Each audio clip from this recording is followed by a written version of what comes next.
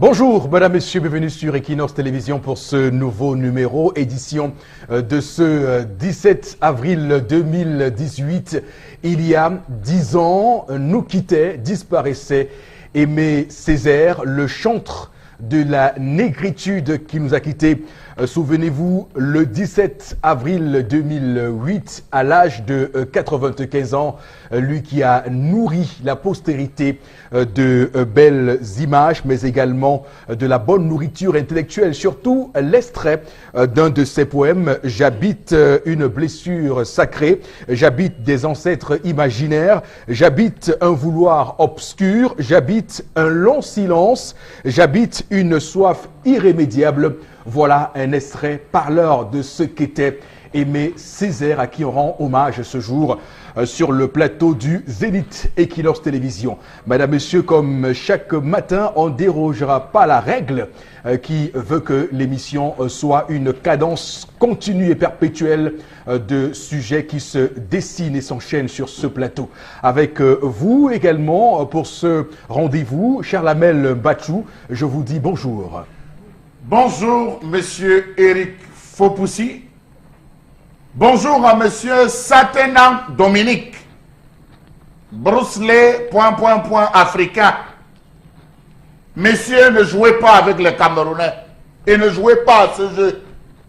Pourquoi Jackie Chan, Gérard Depardieu et l'abbé Shaolin n'est pas venu au Cameroun? Pourquoi ne sont-ils pas venus? Première question.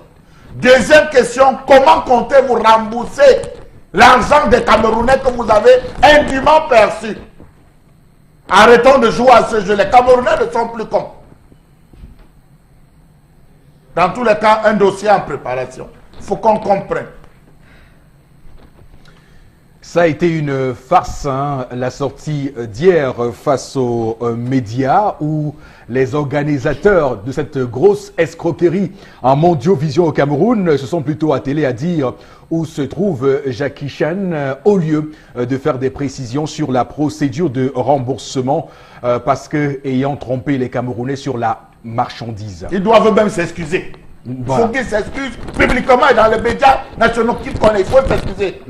Et quand je vois des aînés dans ce métier qui s'adonnent également et qui se lient à cette entreprise malheureuse, je me dis que quelque chose n'a pas marché dans ce pays où être honnête est une denrée désormais très rare au final. Sur ce plateau, madame, monsieur, également ce matin, plateau du Zénith, Florazé, bonjour. Bonjour Eric Fopoussi, bonjour à vous, bonjour à nos chers téléspectateurs. Déjà en 2017, on a près de 50 décès enregistrés dans la région de l'Est, précisément dans un petit village appelé Longamali. On est à Bétaré, Oya. Près d'une cinquantaine de personnes qui ont perdu leur vie. Et maintenant, en 2018, on vit dans une sanction avec 4 entreprises qui sont en sommet de déguerpir, de quitter la région de l'Est Cameroun. Plutôt une bonne nouvelle comme quoi il n'est jamais trop tard. Florazé, est-ce que vous avez compris mon jeu de mots ce matin quand je vous introduisais? Je suis resté attentif à votre réaction. J'ai décodé vos mimiques faciales sans m'en rendre compte d'ailleurs. J'ai dit Florazé sur le Zénith. On pourrait dire Florazénith? Pourquoi pas? Voilà, merci. J'achète. Merci Eric Fopoussi. On va également saluer sur ce plateau ce matin. Bengan, bonjour et bienvenue. Bonjour Monsieur Fopoussi Negou, bonjour à vous chers téléspectateurs. Les morts ne sont pas morts. Aimé Césaire, Cheikh Anta Diop, Mongo Betty, ils ne sont pas morts. Ils sont encore là. Et surtout, voilà les vrais intellectuels guetteurs d'avenir, éclaireurs de conscience. Non seulement la production intellectuelle était liée à l'engagement politique qui est proche des pauvres et de l'émancipation de l'homme noir et de l'homme tout court, toute la différence avec ce qu'on appelle l'intellectuel chez nous, c'est-à-dire ceux qui réfléchissent avec le ventre. L'intellect, c'est bien la tête, pour faire émerger une population digne et digne d'être dite. Merci. Tout à fait. Et surtout des ouvrages qu'on pourrait recommander pour se rendre compte de la nourriture spirituelle produite et préparée par Aimé Césaire. Donc le cahier d'un retour au pays natal, mais également une tempête. Des recueils importants à lire pour comprendre le sens de l'engagement de ce grand monsieur à qui nous rendons hommage ce matin, ce poète martiniquais qui a été également homme politique, maire et député. Madame, monsieur, on va démarrer ce programme ce matin avec la première articulation. Il s'agit de l'histoire du jour et celle qui est chargée de driver, de conduire cette séquence de l'émission, c'est Tendance Cogne, la voyageuse. Bonjour. Si tu avais oublié la voyageuse, j'allais mourir, Eric. Tendance Cogne, la voyageuse, 15 ans à Paris, 20 ans à Londres, c'est moi.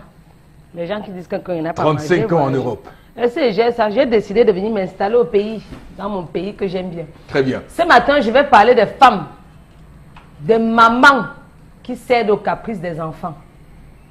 Je ne sais pas si on peut appeler céder aux caprices des enfants. Les parents, les mamans qui changent tout avec leurs enfants. Les greffes. J'écris pour ne pas oublier. Très bien. Les greffes. Les perruques. Les rouges à lèvres. Les goumettes. Les vernis. Les sacs à main. Les chaussures. Etc. Il y a une femme qui a bavardé hier. Bon, elle a parlé hier jusqu'à lancer les mots qu'on ne lance pas. Que quand tu n'accouches pas, on t'appelle bordel. En accouchant même, tu n'es pas à l'abri des problèmes. C'est même quoi? C'est quelle malchance ça? C'est quelle sorcellerie ça? Mes enfants veulent me montrer quoi? Sa fille Belvira, de 18 ans, a pris son sac à main hier de couleur rose. Elle me dit qu'elle devait partir, qu'elle est partie à un rendez-vous dans sa belle famille. Tu connais déjà que parfois quand tu pars dans ta belle famille, Flora, il faut, tu veux être classe, qu'on sache que non, la femme, si c'est une femme à l'aise au foyer. Oui. Maman, elle dit qu'elle voulait partir hier. Elle entre dans sa chambre, le sac à main de couleur rose, elle ne voit pas. La ballerine de couleur rose, elle ne voit pas. Les boucles roses, elle ne voit pas. Et l'enfant a pris seulement ce qu'elle devait porter pour casser avec son sac. Elle appelle l'enfant que maman, parce qu'elle dit à Bepanda. Tu connais Bepanda Yon-Yon? Bon, tu connais Bepanda Yon-Yon? Elle a Bepanda Yon-Yon en route même. Elle m'a appelé, je suis allée chez elle, elle me dit que je vais faire comment des enfants fantômes. Voilà le mot qui est sorti de sa bouche. Que j'ai les enfants fantômes ici à la maison. Quand je laisse un habit comme ça, prac, elles ont à porter.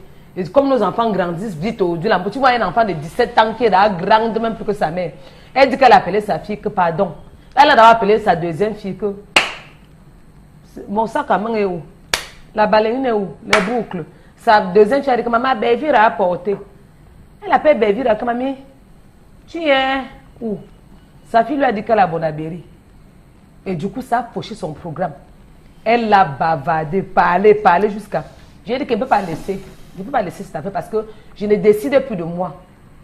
Les téléspectateurs me coûtent trop cher. Et leur avis compte en bon français. Est-ce qu'on doit s'échanger les choses avec nos enfants? Entre parenthèses, je prends les exemples. Les habits, les perruques, les vernis, les chaussures et les sacs à main. Voilà une femme que son rendez-vous a échoué parce qu'elle a accouché. Et puis elle a même fini en disant que maman, ma mère disait souvent que quand on accouche, on ne mange plus. J'en ai terminé, Eric. Très bien. On doit s'échanger les choses avec nos enfants. Si oui, pourquoi? Est-ce que c'est d'abord normal? Point d'interrogation. Je m'arrête là. C'est une question importante que nous mettons sur la table du débat ce matin parce que on doit bien se demander quel est le symbole pour un enfant de prendre des choses appartenant à son parent, de prendre des éléments appartenant à son parent. C'est quoi le symbole?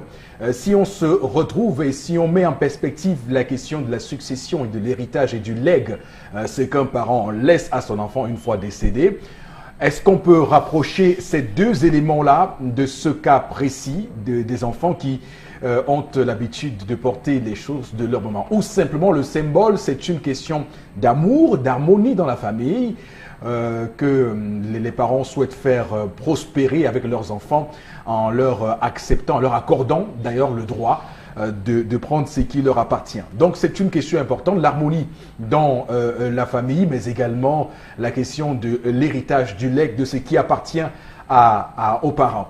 Je commence par vous, Warren Bengan, parce que cette question-là, évidemment, c'est une question que vous traitez au quotidien. D'abord la question, le rapport qu'on pourrait faire avec l'héritage, la succession, le legs d'un parent à son enfant, mais également la propriété. Ce qui appartient au papa, est-ce forcément, appartient-il forcément à l'enfant? C'est ce qu'on peut également mettre en perspective ce matin, mais également la question de l'harmonie dans la famille. Est-ce que pour des raisons d'entente cordiale dans la famille, on peut laisser et tolérer qu'un enfant puisse utiliser des choses appartenant à son parent, que ce soit le père ou la mère? Non, si nous accordons la même signification aux mots que nous utilisons, quand vous dites léguer, ça veut dire que vous avez cédé. Oui. Ça ne vous appartient plus. Vous avez donné à quelqu'un d'autre la possibilité d'en jouir. Maintenant, on dit, c'est pour cette raison donc que quand on lègue, ça veut dire qu'on estime qu'on est en train de former. Que les gens, ils veulent prendre ta place et progressivement. Donc, en fait, ce que vous appelez legs ou l'héritage, comme vous avez dit, les successions, nous, on commençait à prendre le legs et la succession aux enfants, aux garçons à partir de 10 ans et aux filles, notamment à partir de 13-14 ans. À ce moment-là, la femme, parce que l'histoire concerne la fille, la maman lui apprend à gérer ses affaires. Gérer ses affaires, ça veut dire quoi? Ça veut dire que tu commences à grandir, voici ce qu'il te faudra avoir à côté de toi. Tu as déjà les seins et à un moment donné, tu auras tes menstrues, voilà.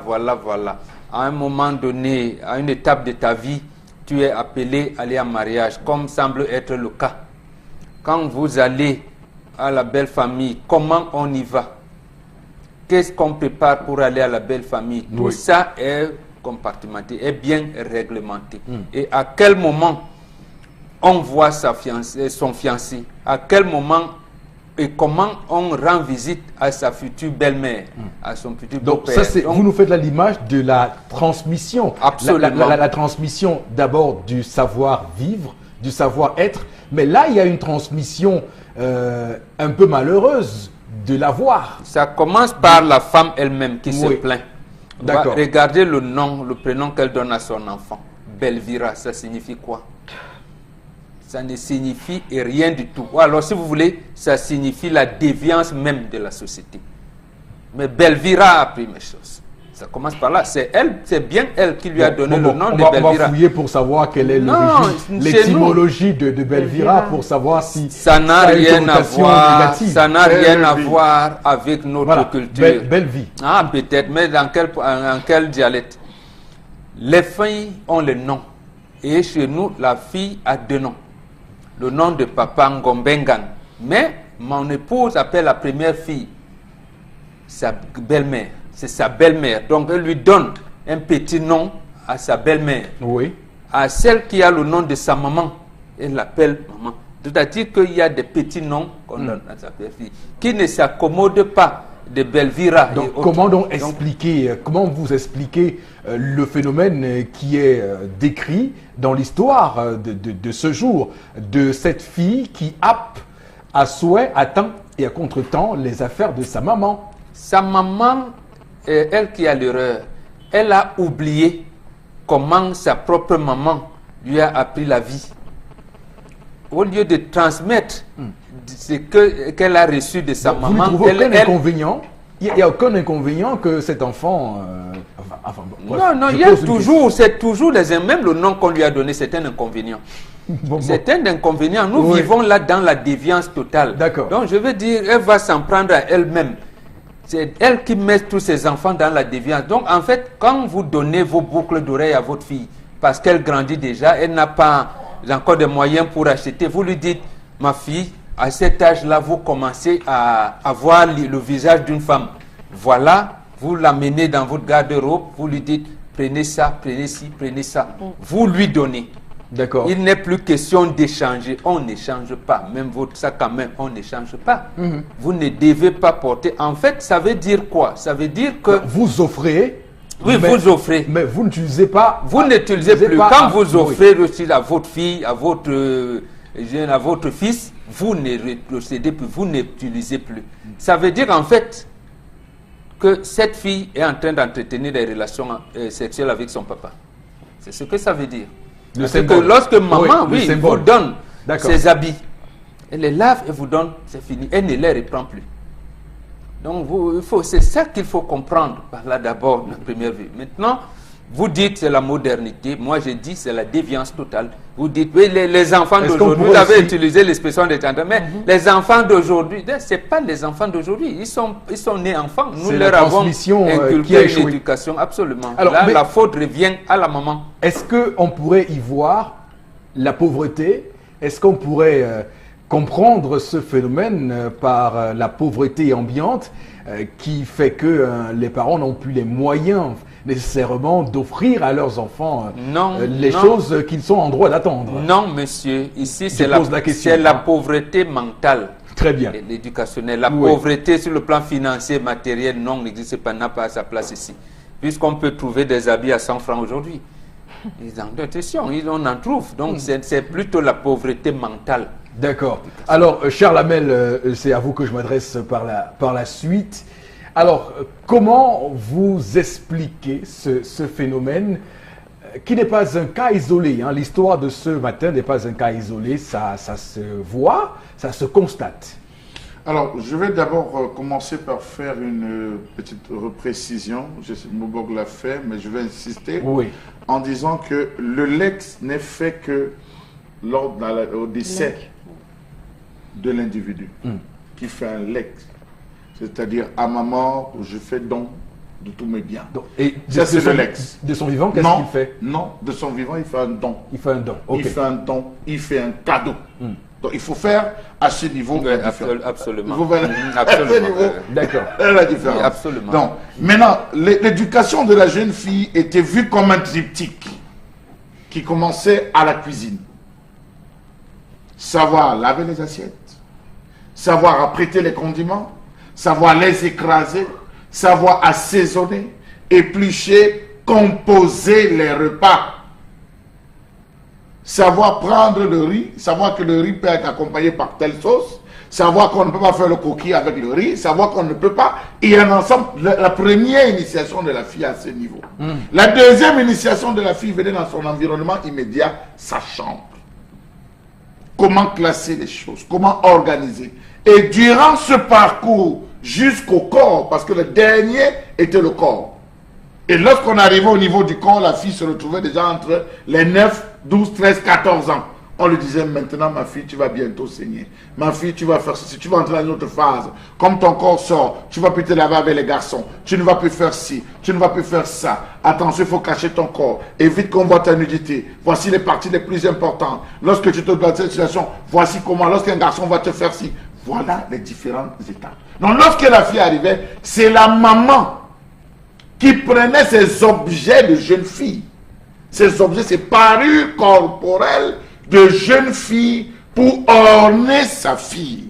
En lui disant, quand je venais de rencontrer ton père, voici la première boucle que j'avais payée, voici la première truc, essaie de mettre un peu ça. Désormais, quand tu vas sortir, une fille ne sort pas seulement comme ça, elle va devoir se décorer, elle va devoir mettre ci, telle parure, tel truc. Voilà comment on accompagne la jeune fille qui commence à sortir déjà de la maison. Non, tu vas plus laisser tes doigts comme ça. Une jeune fille ne laisse pas. Arrange-toi, tu peux mettre sur la main gauche. La main gauche, la main gauche.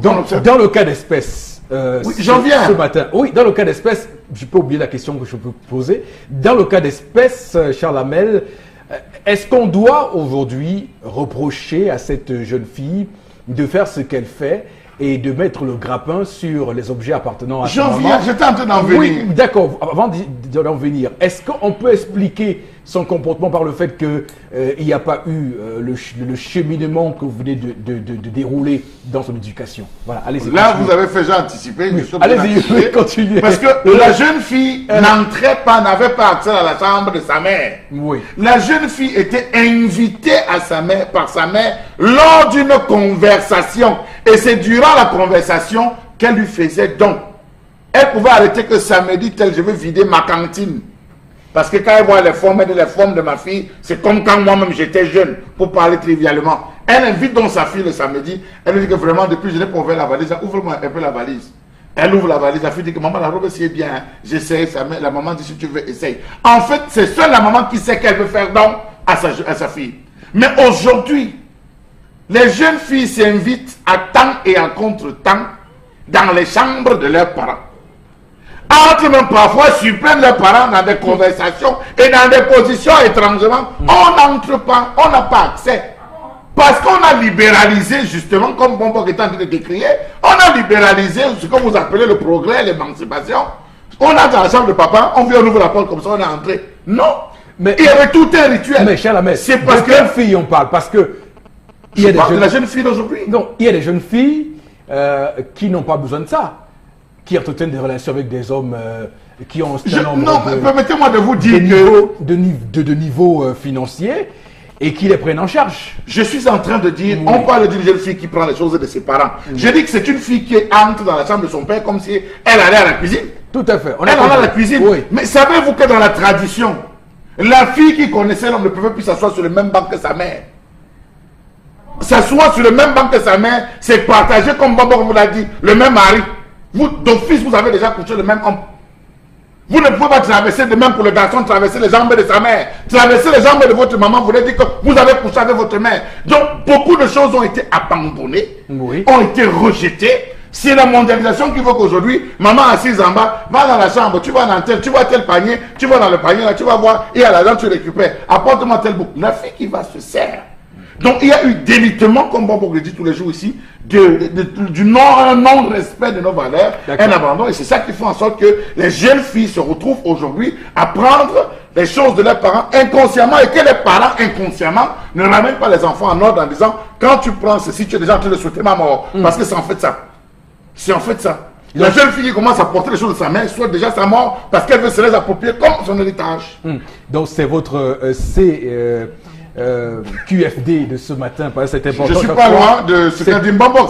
C'est très important. De l'eau. Non, chaque matin, et il faut dire que je donne d'ailleurs le processus de traitement des sujets. Il y a d'abord le CQFD de tout ce qu'on fait ici, c'est qu'il faut décrypter de l'histoire, et ensuite on entre dans le cas précis pour en déceler ce qu'on peut faire de solutions. Alors, Florazé, tout à l'heure j'évoquais ici, c'est de quelle fille on parle? La fille du 21e siècle, parce que dans ces filles-là, on doit faire la différence entre celles qui sont très vite, mais alors de manière précoce, très indépendante, et qui ne demandent plus rien des parents, et les parents qui laissent faire, parce que j'ai toujours été quand même choqué par des parents qui laissent faire leurs enfants, qui rentrent à la maison avec un téléphone, je ne sais pas, d'une marque extraordinaire.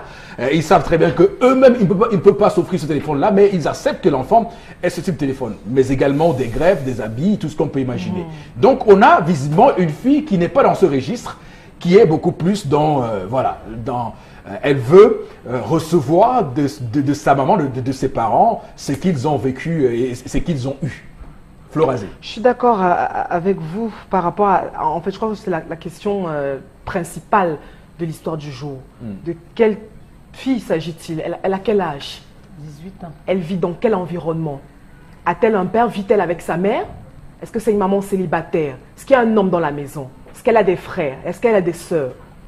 Tout ça compte, l'environnement compte. Je suis d'accord avec ce que Maman Kesha et Lamel ont dit.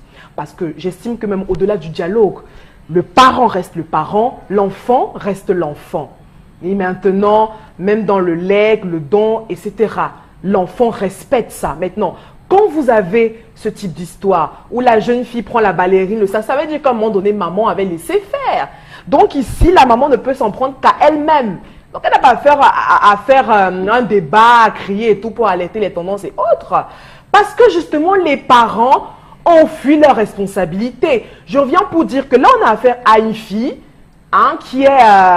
qui peut-être à l'extérieur se fait déjà courtiser, a besoin peut-être de s'embellir à un moment donné, enfin, qui fait beaucoup plus attention à l'apparence physique.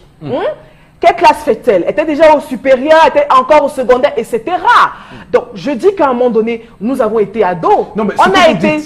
Florazé, parce que je reste concentré sur la question de la jeune fille dont on parle aujourd'hui, parce que vous dites qu'à 18 ans, une jeune fille, ce qu'elle recherche, c'est de se voir, de montrer sa beauté, Bien de montrer sûr. ses atouts, Oui. De montrer aussi qu'elle peut supporter une ballerine, qu'elle peut Bien avoir sûr, un sac à Eric main, Fopoussi. qu'elle peut avoir un sac à main de marque. Tout à fait. Oui. Parce qu'elle est en train de se découvrir. Hein, il y a de la... Chalamel l'a dit. Hein, elle se découvre. Elle observe son corps. On lui dit qu'elle est belle à l'extérieur. Et donc, c'est quoi, en ce moment-là, quelle est l'attitude de la maman face à ces désirs, ces desiderata de ça? Charles Amel l'a dit, oui. Oui, La c'est-à-dire- jeune fille à ce moment, se regarde comment ses cheveux, si ses cheveux sont propres ou pas. Elle a besoin de quel type de coiffure, quel type de tresse, C'est ça. comment doit-elle se vêtir? Et oui, et le plus souvent, elle se pose ces questions elle-même et les réponses, elle se les donne à elle-même. Parce que justement, il n'y a pas ce dialogue entre les parents. Il n'y a pas ce dialogue. Et vous savez, la présence masculine au sein de la maison, je veux dire que le chef de famille aussi est très important. Moi, j'ai l'impression que là, on a affaire à une maman qui vit seule avec sa fille et puis de temps en temps, peut-être parce que à un moment donné, sur le plan financier et autres, quand la jeune fille a envie de se faire plaisir, on D'accord. cause avec maman et puis on se fait un certain nombre de choses. Non. Encore que au-delà, ça peut être mauvais, hein. Ça peut pas être mauvais à un moment donné de prendre un sac à main de maman et puis bien après quand maman constate ça et puis on fait don. Donc je dis Mais non, le non, moment mais c'est et puis on lui fait don après. Non, Florazé, ne vous Oui. contredisez pas parce que... Non, je veux dire Non, que- ne vous Et puis après on lui fait don, parce Non, qu'on ne vous constate contredisez que pas. non, parce qu'on constate qu'en fait on a échoué. La jeune fille à un moment donné a besoin d'un sac à main, elle a besoin d'aller au salon de coiffure et tout. Donc vous parents ne lui dites pas la question. Mais Vous n'avez pas là des bois. Doit-elle donc s'imposer ce qu'elle veut? C'est là toute la question de l'éducation aujourd'hui. Non. Est-ce que les enfants doivent être aujourd'hui érigés en rois et reines des familles, de telle sorte qu'on suive ce qu'ils veulent Non, sans- c'est pas ça. En fait, Oui, roi et c'est reine ce que dans, vous le sens dites. où, dans le sens où les parents sont occupés à faire autre chose qu'à regarder, à s'occuper de l'éducation des enfants. mais attends, c'est À ce un qu'il faut moment dire. donné, maintenant, la jeune fille, oui, parce qu'elle veut répondre à ses propres questions. Mais elle n'a pas d'interlocuteur, elle n'a personne avec qui communiquer, Eric Fopoussi. Donc, à un moment donné, elle entre dedans et elle attend justement qu'il y ait une La pression maman n'est sur pas elle. en colère du fait que la fille ait transgressé les règles traditionnelles. Elle est juste en colère parce qu'elle a pris le sac avec Elle lequel va elle sortir voulait avec. sortir. C'est ça le problème Oui. en fait. Oui, non, en même C'est temps, ça que je dis. oui, en même temps, oui, Vraiment, c'est ça. oui, Absolument. Elle n'a donc pas à se plaindre. Qu'elle attende dans sa fille, qu'elle discute. Moi, je trouve que non, c'est impensable. Il faut donc qu'il y ait des règles. Ça veut dire le parent reste le parent, l'enfant reste à la place d'enfant. Maintenant, il peut y avoir des legs, notamment on n'a pas la question de legs ou de dons. Ça arrive que vous constatiez que votre fils peut-être a besoin d'une paire de tennis. Mais vous ne et forcez pas de vous, vous-même le don. à un moment donné, non, je Oui, dis mais c'est ceci, clair, non. parce que Vous aurez êtes en train de aimé, vous contredire, vous aurez, Florence, non, c'est pas la vous aurez aimé, non, je dis ceci. Oui. Ça peut, c'est une sonnette d'alarme pour les parents. Vous avez aimé qu'elle aille se prostituer pour avoir un sac à main et tout. Elle se dit non. Elle se dit j'ai besoin d'un certain nombre de choses en tant que jeune fille. Et ça, c'est pas une disgrâce. Donc maintenant, je le fais peut-être avec maman, peut-être parce que je m'entends très bien avec elle. Il y a un certain dialogue. Mais ce dialogue n'est pas poussé sur toutes les questions liées à la jeune fille. Oui. À un moment donné, elle se dit, ok, d'accord. Bon, je peux D'accord. quand même essayer. Et puis après, j'en parlerai avec maman. En tout cas, c'est un phénomène qui n'est pas né d'aujourd'hui, qui est né, on va le dire, depuis vieux, quand même. 3 décennies au Cameroun, où on voyait des enfants faire le verret. Donc vous allez prêter, je sais pas, une chaussure à une amie. Alors tendance, comment verret. tu vois ces histoires? Oui, Le verre, c'est ça qu'on appelle le LO, l'oyo. voilà. À nos jours, même quand tu accouches l'enfant, tu n'accouches pas son cœur. Et les enfants d'aujourd'hui connaissent ce que nous-mêmes parents, on ne connaît pas. Une fille de 18 ans. Moi, à 18 ans, je ne savais pas si c'était fille ou garçon. Je ne mens pas. Quand on disait, je te dis, Flora, quand on disait que tu es garçon ou tu es fille, je disais seulement que je suis garçon. Donc, je ne distinguais pas mon sexe. À nos jours, si les enfants, chacun fait ce qu'il veut, chacun. Mais quand même, il s'agit de nos enfants. De nos 9 mois de grossesse. Il ne faut pas qu'on le frustre. Moi, je peux donner mes choses aux enfants. Je peux donner l'accord à ma fille de toucher à mes habits, à mes rouges à lèvres, mais pas tous les habits. Il y a les habits qu'on ne touche pas. Un peu comme les sacs à main qu'on ne doit pas toucher. Et quand je donne, je te dis, maman, comme tu vois là, dès que tu finis, tu reviens déposer en bon état. Ce n'est pas que tu me surprends, tu viens voler. Et les enfants prennent en cachette comme ça peut-être parce que ces enfants-là sont frustrés. Les parents doivent dialoguer avec les enfants. Leur dit même que bébé, moi qui suis ta mère, quand tu prends ma chose comme ça, je laisse. C'est parce qu'il ne veut pas que demain ou après-demain, qu'un homme t'appelle dans le couloir pour dire, je vais t'acheter ci, je vais t'acheter ça. Mon habit que tu as pris là, c'est la sueur de mon front. Si je veux, je te laisse avec. Si je vois encore ça me plaît, je reporte. Parce que c'est qu'il y a les femmes qui vont dire que qui? Mon enfant a touché ma chose. Parfois, c'est le caprice de nos enfants, oui. Il y a des moments où tu rentres du marché. Avec un habit que tu viens d'acheter, Flora, l'enfant dit que, eh, maman, c'est joli jusqu'à, elle pas mesuré. Tu dis une fois que, pas, laisse-moi tranquille. Et après, tu veux tout l'habit là, tu reprends, tu portes. On se connaît entre nous. Donc, mon enfant, je dois lui dire que si je suis là, et que Dieu me donne encore le souffle, pour t'envoyer à l'école, va à l'école, demain tu vas avoir l'argent, acheter ta part. Mais comme tu aimes ça, prends. Ça me plaît aussi, je reprends souvent. Je veux souvent faire mes sorties. Mais il y a habits, il y a des choses que tu ne dois pas toucher. Tendance, ma fille. Parce que je t'aime au nom de l'amour et parce que je suis une femme sensible. C'est justement, sensible, non, c'est justement ce qu'il ne faut pas faire. Être sensible à ces moments, ça veut dire que vous dites, je vais envoyer mes enfants à la déroute. À la déroute. Vous avez acheté votre habit, c'est pour vous. Elle en a besoin, vous lui dites, ma fille, attendez, achetez. Maintenant, si vous voulez, vous lui donnez, mais vous ne pouvez pas échanger. Non, non, parfois on peut donner, après on veut encore. Non, vous ne faites pas ça. Moi, souvent, quand je donne après, ça me plaît. C'est une déviance terrible. Même, monsieur Fopos a posé un problème. Même dans les familles que vous appelez aristocratiques ou bourgeoises, le procédé était le même. Le même. Vous avez plus d'avoir à la maison. C'est justement à ce niveau que le regard était beaucoup plus poignant pour la maman à travers ses filles. Il lui dit, ma fille, à partir de ce moment, tu seras sollicitée par des garçons. Voilà comment tu vois comment tel bijou, et c'est là où les règles de tenue publique étaient beaucoup plus rigoureuses encore.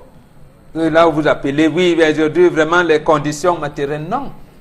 Non, mais je voulais ajouter 5 petites minutes en disant que... Non, 5 quoi? Oh là là, Charlamel. 5 minutes. Nous avons, c'est un lapsus, pardonnez-moi. Nous avons des enfants, garçons aujourd'hui qui se retrouvent à voler les voitures de papa. Oui. Ils vont commettre des accidents, des meurtres. Nous avons des enfants qui volent les montres de papa à la maison, des garçons qui volent les parfums de papa et tout et consorts. Vous oubliez comme Mbobok dit, ça amène l'enfant à la déroute. Il ne connaît pas le prix d'un parfum, il n'en mesure même pas l'importance. C'est ça le véritable problème. L'importance. Et dans les rituels traditionnels, il y a un moment lorsque le défunt, le trépassé, lorsqu'on vient d'enterrer, d'inhumer le trépassé, qu'est-ce qu'on fait? On ouvre la chambre. On ouvre la porte, on sort les vêtements du trépassé et on procède au partage jusqu'à l'arrestation du successeur. Alors, lorsqu'on commence aujourd'hui à tout laisser aux enfants, à la fin, qui restera-t-il? Voilà. Et c'est la raison pour laquelle je disais, legs et donc, que faut-il faire comme rapport entre tout cela? Parce que si on commence à tout donner, qu'est-ce qu'on va léguer? Voilà. Voilà le moment. Florazé, quelques messages.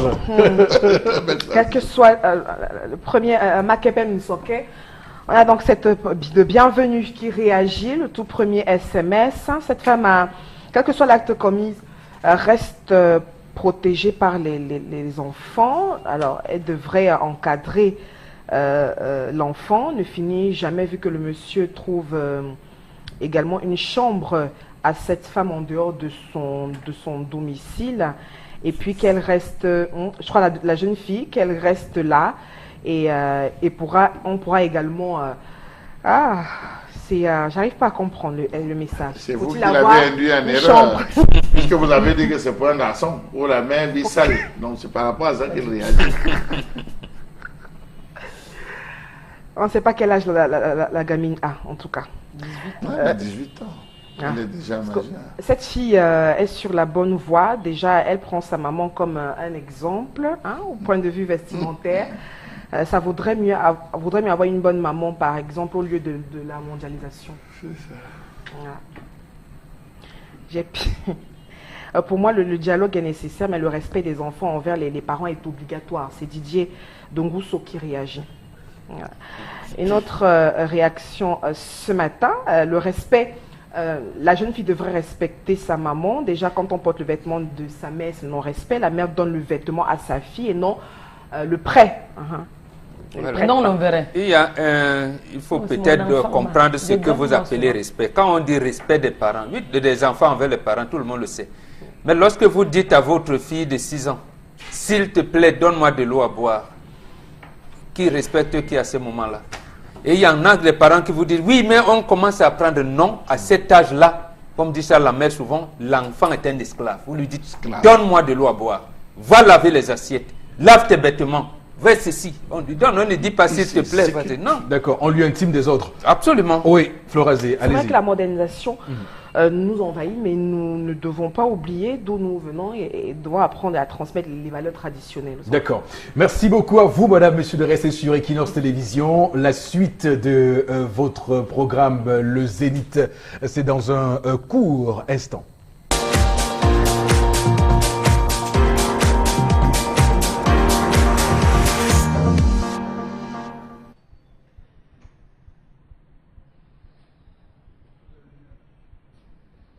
Je m'interroge ce jour sur la question du nationalisme au Cameroun. Sommes-nous, Camerounais, tous nationalistes? Peut-on dire que les Camerounais d'aujourd'hui portent en eux les germes, mieux les gènes, du nationalisme implanté par les pères fondateurs de cette République? Peut-on dire que dans la maxime de nos actions et paroles, dénote un brin de nationalisme? Quelle est la place de ce long passé nationaliste dans les programmes et manuels scolaires d'histoire du système éducatif camerounais? Pourquoi donc n'enseigne-t-on pas suffisamment l'histoire du nationalisme camerounais dans les écoles et les universités, alors qu'on sait que ce nationalisme a contribué largement à l'évolution politique du Cameroun? Pourquoi dans les médias, on n'inculque pas de manière répétitive la notion du nationalisme au Camerounais? Pourquoi dans l'ensemble des publicités, dans l'ensemble des affiches, dans l'ensemble des monuments, dans l'ensemble des stèles, on n'accorde pas une priorité au nationalisme? Comment peut-on vouloir faire des jeunes Camerounais des patriotes tout en leur cachant la vie des Camerounais qui ont posé des actes patriotiques en luttant pour l'indépendance de leur pays? Comment comprendre le fait que la notion du nationalisme camerounais soit largement dévalorisée dans les programmes et manuels scolaires ou manuels d'histoire du système éducatif camerounais? Comment comprendre cette léthargie qui semble s'être emparée de tous les Camerounais pour ce qui est des questions nationales? Comment comprendre qu'à ce jour, le Cameroun soit le seul pays dont la guerre reste aujourd'hui cachée, méconnue, mal connue et même inconnue par tous? Posez la question à un jeune de 35 ans, qu'est-ce qui s'est passé au Cameroun pendant le maquis, ne vous dira rien. Comment est-ce que Max Barguette s'est retrouvé à arroser toute une région avec le napalm, lui qui venait du Vietnam, et il vous dira qu'il n'en sait rien. Comment comprendre qu'on tient absolument à tenir caché aux Camerounais que la guerre d'indépendance du Cameroun a duré 16 ans et a causé plusieurs centaines de milliers de morts chez les populations camerounaises? Comment comprendre que la guerre d'indépendance du Cameroun fut évacuée de la mémoire collective camerounaise? Comment comprendre que même l'ouvrage d'Yves Benoît, Massacres coloniaux, paru en 2005, consacré à l'étude des atrocités humaines commises par la France dans ses anciens territoires, ne cite pas le cas du Cameroun? Comment comprendre le fait que la plupart des productions, ouvrages, documentaires des chercheurs présentent toujours la décolonisation de l'Afrique noire francophone comme ayant été pacifique, sans préciser l'exception du Cameroun? Qu'est-ce qui explique le fait que le Cameroun n'ait connu que 2 programmes d'histoire dans l'enseignement secondaire général? 2. les programmes scolaires des indépendances aujourd'hui, 2 programmes d'histoire.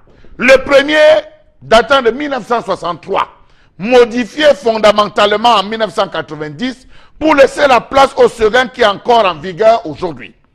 Savez-vous que, Monsieur Fopoussi, suivez-moi bien, Mbambok, suivez-moi bien, et vous téléspectateurs, suivez-moi bien. Savez-vous que dans le premier programme d'histoire enseigné au Cameroun, la place du nationalisme camerounais était inexistante? Savez-vous que sur les 249 leçons qu'il comportait, aucune ne portait sur le passé nationaliste du Cameroun, ni même sur l'histoire du Cameroun? Premier point. Savez-vous qu'au primaire, l'enseignement de l'histoire est majoritairement centré sur l'histoire du Cameroun avec 26 leçons sur 42, soit 61%. Par contre, pour ce qui est des leçons consacrées explicitement au nationalisme camerounais, on n'en recense que 4 leçons sur les 42 que compte le programme, soit 9,5% de leçons.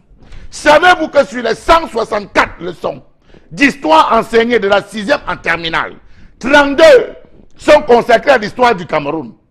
Les 132 autres leçons sont consacrées à l'histoire des autres pays d'Afrique et à celle des pays du reste du monde. Par contre, sur les 164 leçons, seules 2 sont consacrées explicitement à l'étude du nationalisme camerounais, soit 1,82% des leçons. Savez-vous que de la première année à la 8e année, on est dans le supérieur, les programmes comportent 65 matières.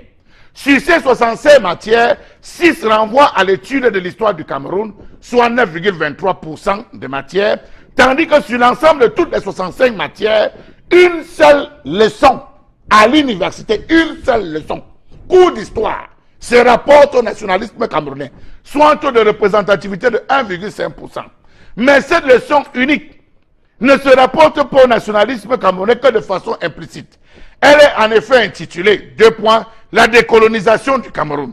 Ce qui est vague, car on peut seulement s'opposer ou supposer que la lutte des nationalismes pour les nationalistes pour la décolonisation du Cameroun et la longue guerre qu'elle entraînait pourrait être abordée par l'enseignant.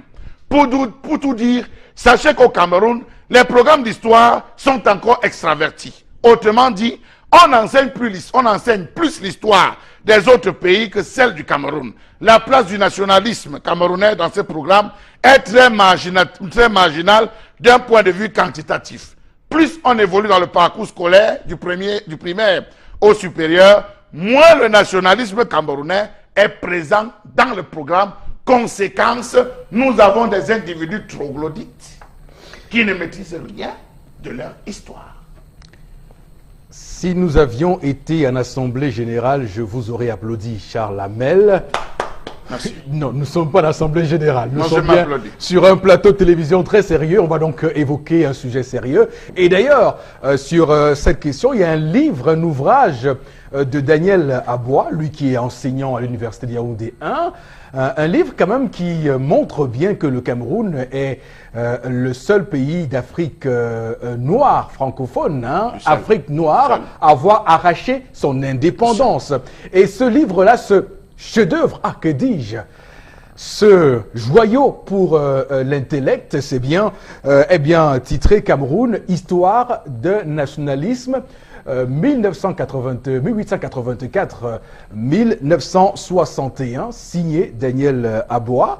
Donc il parle et il rentre dans les confins, dans les origines, parce que beaucoup considèrent la période de la naissance du syndicalisme en 45 et puis de l'UPC en 48, mais il y a également avant ça, dès 1884, rappelons que les Douala ont été les premiers à porter cette conscience nationale grâce l'un d'eux, d'ailleurs l'un des plus célèbres, c'est bien Rudolf Douala Mangabel, comme vous le savez, pendu en août 1914. Donc le Cameroun est un peuple qui a, les Camerounais sont un peuple qui ont dans leur gène donc cette conscience nationaliste.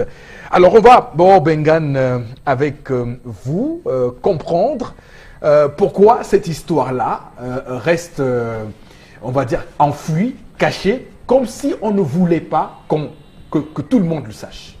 Non, parce que la France, qui reste encore dominante dans notre pays, ne voudrait pas qu'on ouvre une page sombre de son histoire. C'est tout.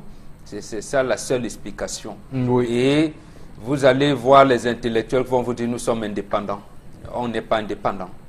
On ne l'est pas. Nous n'avons pas encore acquis notre souveraineté. Ce n'est pas parce que vous avez un drapeau. D'abord, nous n'avons même pas un hymne national, nous en avons 2. Donc, les coopérants français, ils sont encore là jusqu'aujourd'hui. Donc, ils mettent en place des stratégies pour que l'on ne sache pas. Mais on va aussi dire que il y a depuis lors des choses qui sont faites pour qu'elles soient sues, pour que l'histoire se sache. Non, aucune. Aucune. La dernière apparition publique des 2 présidents français et camerounais de l'époque en juillet 2015, François Hollande et Biya, président Biya, Hollande a dit qu'il allait ouvrir les archives, il ne l'a pas fait. On a ouvert quelques archives qu'on a mis à la disposition des chercheurs, mais Oui. on ne l'a pas La fait. déclassification. On ne l'a pas fait, Oui. malheureusement. Donc, si on l'avait fait avec ce que Charles Hamel recommande là, avec raison d'ailleurs, pour qu'on mette dans les programmes scolaires, là, les sociologues, les historiens auraient pu faire un certain nombre de recherches pour qu'on mette dans les programmes scolaires l'histoire de notre pays. Mais c'est fait exprès. Donc, vous voulez dire que ce qui est dit jusqu'à présent n'a aucun fondement. On devrait attendre pour compléter ce qu'on sait déjà de cette lutte nationaliste depuis l'UPC et tout ce qui est raconté par rapport au combat mené par les Paul Momo, par les Singam Martin, par les Moumier et Oumyobé, tous ces gens qui ont combattu, ces héros-là. On devrait aujourd'hui attendre qu'on déclassifie ces archives avant de corroborer toutes les... Dans votre question, il y a versions. justement cette confusion que souhaite le chef de l'État camerounais, le président Biya. Oui. Dans cette confusion et dans cette loi 91/022 du 16 décembre 1991 portant réhabilitation de certaines figures de l'histoire du Cameroun. Vous savez, justement parce que beaucoup comme vous, avec raison, comme ils pensaient qu'on parlait de Oumouti, ils ont déjà mis héros. La loi ne parle pas de héros, parle de réhabilitation de certaines figures de l'histoire. Et pire encore, comment on peut réhabiliter au même moment le bourreau et la victime? En quoi le président Ayidjo est-il une figure emblématique de notre histoire? Il a été le premier président du pays, c'est vrai, mais c'est un dictateur. Et justement, on ne veut pas qu'on le dise. Mais on le dit d'Idi Amin Dada, on le dit de tel, mais pourquoi chez nous, on vient mettre, vous m'assassinez, et nous demain, nous devenons les figures emblématiques. Vous, pour m'avoir assassiné? Non, mais justement, c'est cette confusion-là est tenue, je vais dire, exprès. L'autre chose fondamentale, et là je souhaite que le candidat à l'élection présidentielle s'y penche, notamment, qu'est venu faire François Fillon, premier ministre français au Cameroun le 20 mai 2009. Si on sait que le Cameroun, vraiment, c'est un pays, j'allais dire, indépendant, souverain, il a son titre, le chef de l'État fait ce qu'il est venu faire quoi? Pourquoi on cache les accords qu'il est venu signer avec le président Biya, ici, le 20 mai 1999. Donc, c'est de 2009, pardon. Donc, c'est faire, le Cameroun n'est pas indépendant. D'accord. Donc, on peut être d'accord que des documents restent à déclassifier pour qu'on corrobore et harmonise toutes les versions qui sont racontées sur l'histoire du Cameroun, du moins la conscience nationaliste des Camerounais. Mais on doit aujourd'hui reconnaître, Souba Obenga, avec vous, que le Cameroun a toujours eu les gènes d'un pays où ses fils et ses filles se sont battus. Là-dessus, il n'y a pas de, Absolument. il y a pas de polémique. Justement, c'est ça donc. Vous allez vous rendre compte que la France fait une enquête en 99. Parce que tout le monde attendait l'an 2000, même le BOG, même les informaticiens vous disent, l'enquête que sort en France, c'est que le général de Gaulle est le plus grand Français de tous les temps. C'est-à-dire, il dépasse même celui qui a inventé l'école, Charlemagne. C'est lui le plus grand Français de tout. Mais si vous dites, Oumyobé, oui, Moumié, mais Douala Mangabel, on ne sait rien d'eux. Rien d'eux, et c'est fait exprès. Justement, vous dites une chose importante. Or, ce sont les UP6-là qui ont, j'allais dire, fait naître le sentiment nationaliste tel que nous l'avons aujourd'hui. Et ils ont transmis ça partout, en Algérie, en Afrique du Sud, au Mozambique, en Angola, en RDC, en République démocratique du Congo, les Zaïre, partout dans notre pays, y compris en Égypte. Vous vous rendez compte que Moumié, président de l'UPC, interdit au Cameroun depuis 1955, Cameroun français, et depuis 1957, Cameroun anglophone, il présidait des réunions de chefs d'État auxquelles assistait le président Tito de Yougoslavie, Nasser de l'Égypte, Sékou Touré, beaucoup de présidents, même le premier ministre indien. Il présidait le mouvement des non-alignés en tant que président d'un parti interdit dans son pays. Mais lui, on le prenait comme un chef d'État. Donc, on doit dire aussi que le rêve, l'idéal que cherchait l'UPC a été dévoyé, a été trahi. Alors, on parle de deux, précisément, aspects de cet idéal-là qui sont très importants. L'indépendance du Cameroun, du moins la première indépendance du Cameroun, celle qu'elle souhaitait avoir, l'UPC en étant elle-même aux affaires. Et ensuite, la réunification, qui était déjà une revendication de l'UPC bien avant que ça se passe comme ça s'est passé sous tutelle de l'ONU. Parce que, comme vous le savez, cette réunification a été mal menée parce que la partie nord de l'espace sous le joug de l'Angleterre a été rattachée au Nigeria, ce qui pour l'UPC a été également un problème. Est-ce que l'UPC ayant réussi son coup, cette réunification aurait été beaucoup plus aisée? Absolument. Au plus, regardez bien l'attitude de l'Organisation des Nations Unies. D'abord, l'UPC a dit qu'il faut avoir la réunification avant l'indépendance du pays.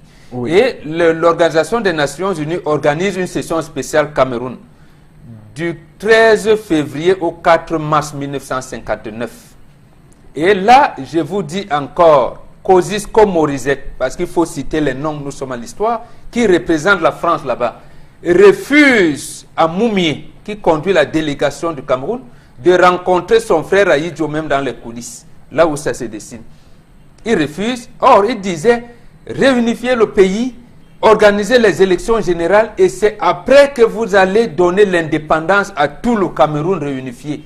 Vous allez créer un incident que vous serez incapable de régler dans l'avenir. Il parlait là, oui, en 1959. Nous sommes en 2018. Et le problème est là. Crise anglophone. Le problème est là. Et ce Kosciusko Morizet, sa femme, on me dit que non, sa fille, apparemment, il est... Nathalie Kosciusko Morizet. Voilà. Mais vous regardez, elle est grande conseillère à Paris. Regardez comment ce que vous appelez communauté internationale nous met dans les problèmes. Et justement, c'est ce que avait dit dès le départ en 1948.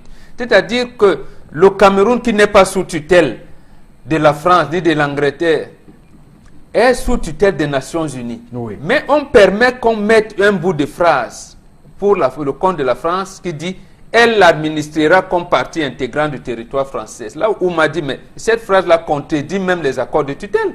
Et il s'est mis en avant jusqu'à perdre sa vie. Donc en fait, aujourd'hui, l'UPCisme... Double trahison. Bon, au-delà de ceux qui militent, je veux dire tous les Camerounais qui se sentent avec ce sentiment-là, devrait s'organiser parce que lui-même a dit lutte unie sur tous les fronts. Donc vous n'êtes pas obligé d'avoir même un quartier de l'UPC.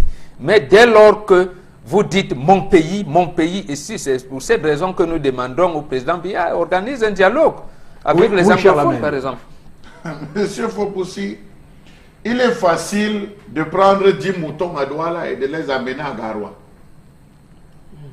Mais il serait compliqué de prendre 10 Camerounais et de les amener à Garoua sans qu'en cours de route, un gars arrive et te dise « Mais tu sais même ce qu'on va aller faire là, je préfère m'arrêter s'il continue. » Vous allez arriver à Garoua avec deux Camerounais, les 10 avec lesquels vous êtes parti au départ. Il est facile de manipuler un individu qui ne connaît pas son histoire. La preuve, regardez-nous. Enfin, du moins ceux qui ne s'intéressent pas, regardez les Camerounais. Ils ne connaissent rien de leur histoire. Chacun se bat comme il peut pour connaître son histoire, avec le peu de moyens qu'il a à ses bords. Posez la question, je vous assure, posez la question à descendre dans la classe terminale, posez la question à un individu qui est Martin Paul Sama. Il va lancer la tête comme ça, siffler. On n'a pas vu ça. On n'a pas vu ça, ce n'était pas au programme. Voilà la réponse des Camerounais, ce n'était pas au programme. Demandez à un Camerounais lambda que vous allez rencontrer qui est Douala Mangabel. Il va mettre la main. Il y a combien de médias dans Douala Premier? Combien de médias dans Douala Premier ont réussi à faire un seul documentaire sur la tombe de Douala Mangabel? Combien de Camerounais vont de ce côté-là, vont ne serait-ce qu'au niveau de sa tombe, là où il est enterré avec ses frères, ne serait-ce que pour se prosterner? Combien de Camerounais? On a vidé la substance que les Camerounais ont dans leur cervelle. C'est fini. On a aspiré ça, je ne sais pas avec quoi. Regardez que vous avez un programme scolaire. Je me prends 3 cours. En classe de terminale, une leçon d'histoire intitulée Le Cameroun de l'autonomie interne à l'indépendance.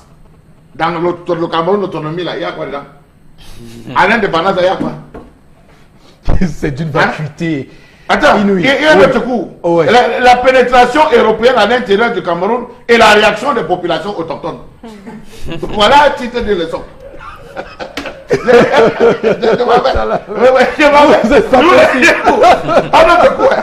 Les conquêtes et les résistances au Cameroun. Vous parlez de qui là-bas? Tchankrai Tchèque. Dans de la 6e en terminale, on a 132 leçons qui parlent des autres pays. 132. Et 2 seuls. Baudron devrait consacrer chaque cours pour chaque figure de l'histoire du Cameroun. Je pense surtout à ce pays maméliqué où l'UPC n'est plus très ancré et pourtant c'est là-bas qu'on a connu un plus lourd tribut de cette guerre pour l'indépendance. D'ailleurs, à toutes ces femmes maméliquées qui manifestaient toutes nues devant des soldats médusés et qui se faisaient ensuite arrêter. Justement, il a parlé du napalm. Ça veut dire que c'est déjà des crimes qui ne sont pas classifiés. C'est-à-dire que même maintenant, le peuple camerounais peut porter plainte contre la France pour génocide par rapport à ces napalm qu'on a versé dans le pays bamléki. Voilà, tout à fait. Et c'est désolant parce que l'UPC n'y est plus très ancré. C'est d'ailleurs surprenant. Madame, Monsieur, on vous revient dans un court instant. Restez avec nous.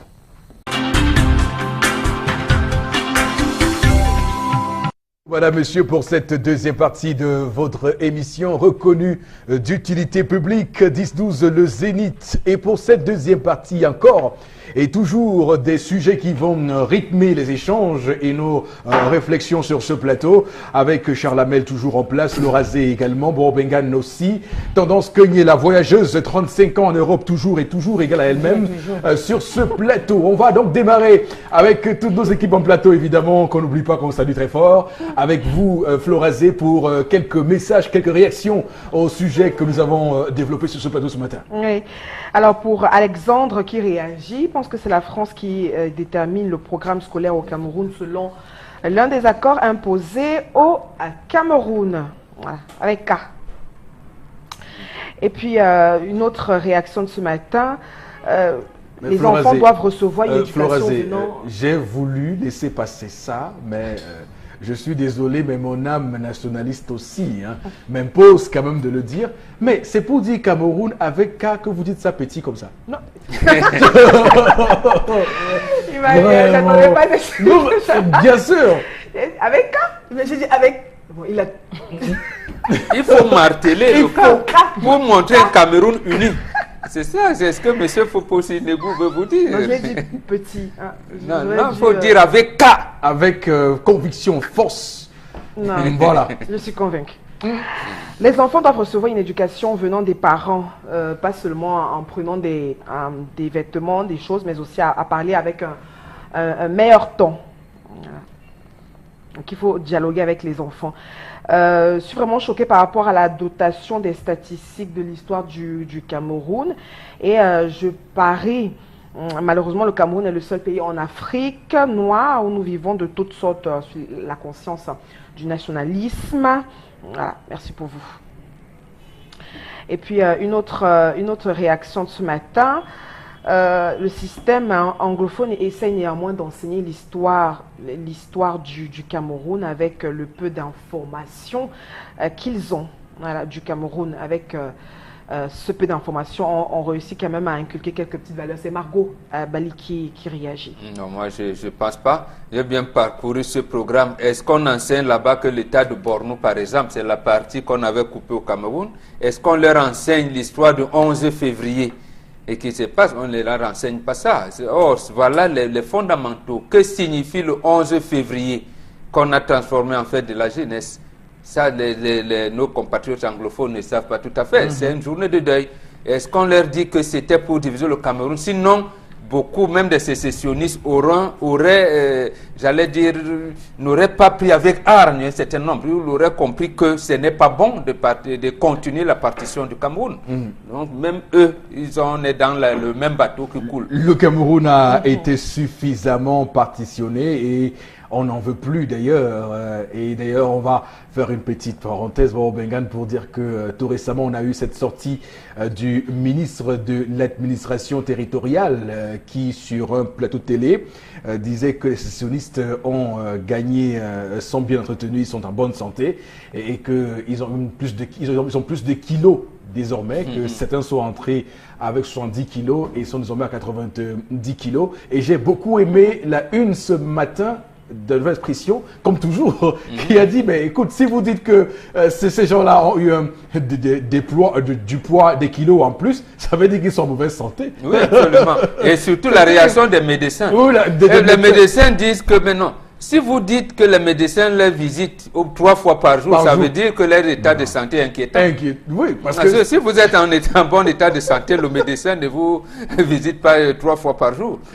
Oh, j'aime beaucoup cette une ce matin de la Nouvelle Expression, comme toujours, hein, très bien nourrie. Allez lire cette une, allez lire cette édition, cette parution, parce que c'est important de voir comment on décrypte, les médecins décryptent le temps de passage qu'on fait devant le médecin, mais également l'augmentation subite de 20 kilos. Voilà. De poids il en faut 3 faire mois. attention, on risque d'avoir atteint le diabète. Voilà, donc c'est clair. Alors que Paul Atangadji, en le disant, voulait marteler et se vanter de ce que le gouvernement traite bien les sécessionnistes.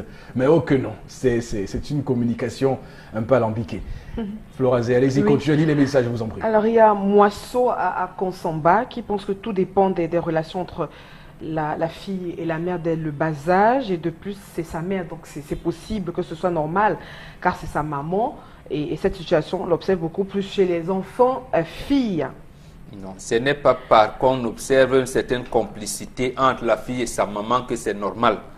Justement, il y a des complicités déviantes qu'il faut corriger, comme c'est le cas ici. Une autre réaction ce matin, les résultats, voilà, puisqu'on parle... Alors, il y a une autre réaction ce matin. Les enfants ne sont pas des esclaves.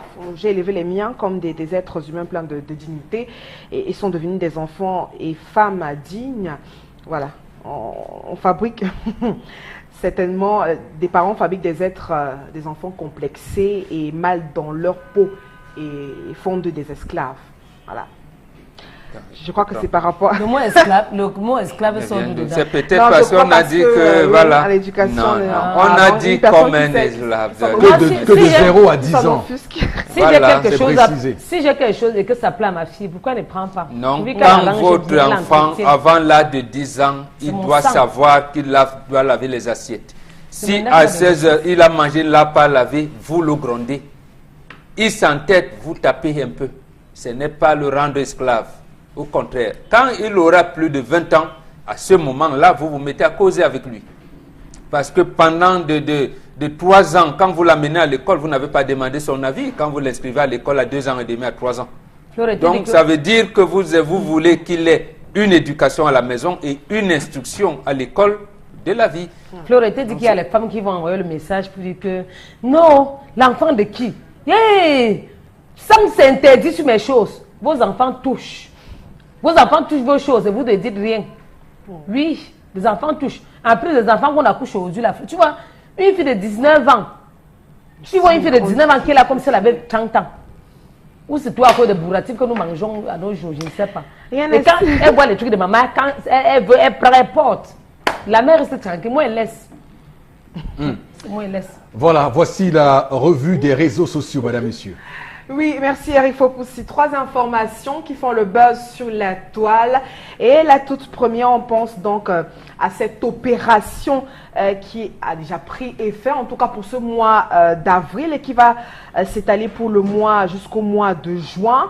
Et on entre dans le cadre de la rationalisation et la dépense salariale de l'État du Cameroun. Voilà donc que le gouvernement lance donc cette opération de comptage physique des agents publics, et puis le communiqué, autant pour moi, rendu public par le ministre, l'actuel ministre des Finances, Louis-Paul Motazé, qui donc pense à ce dénombrement et qui a donc pour but d'identifier et d'expurger du fichier solde de l'État tous les agents publics y émergeant irrégulièrement du fait d'une absence non justifiée, d'une démission ou d'un décès non déclaré. Et puis je le rappelle, cette procédure va donc s'étaler de la période allant d'avril, déjà on y est, pour jusqu'au mois de juin pour cette année 2018 pour la collecte des données. Et cette collecte de données se fera sur toute l'étendue du territoire national. Le ministre a rappelé que ce comptage physique a un caractère obligatoire et que cette opération s'impose à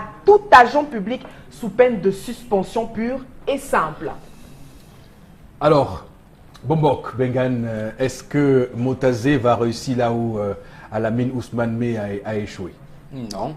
Le ministre Motazé veut plaire aux bailleurs de fonds, au Fonds monétaire international notamment, pour négocier l'autre. Vous avez parlé de facilité, FEC, la facilité élargie de crédit. Voilà. On a donné une première phase, il faut négocier la seconde.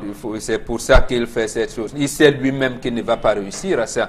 Donc, on nous disait, ça date depuis 32 ans, hein, 1986 à aujourd'hui, ça fait bien 32 ans. Oui, 32 ans. Lorsqu'on avait lancé à l'époque l'application nationale de traitement informatique et logistique du personnel de l'État, Antilope, on avait soi-disant découvert que sur 56 425 noms qui étaient dans le fichier solde, 40 020 étaient des fonctionnaires, j'allais dire normaux. Le fichier normal contenait 40 020.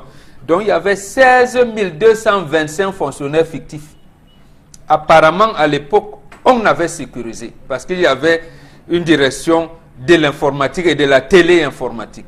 Mais comment se fait-il donc après, hein. Oui, je reprends là leurs mots. Comment se fait-il encore qu'on revient avec SIGIPES, le système intégré de gestion du personnel de l'État et de la solde? On dit SIGIPES, c'est la technologie de pointe là-bas. Vraiment, la NASA nous a envoyé des trucs avec, voilà.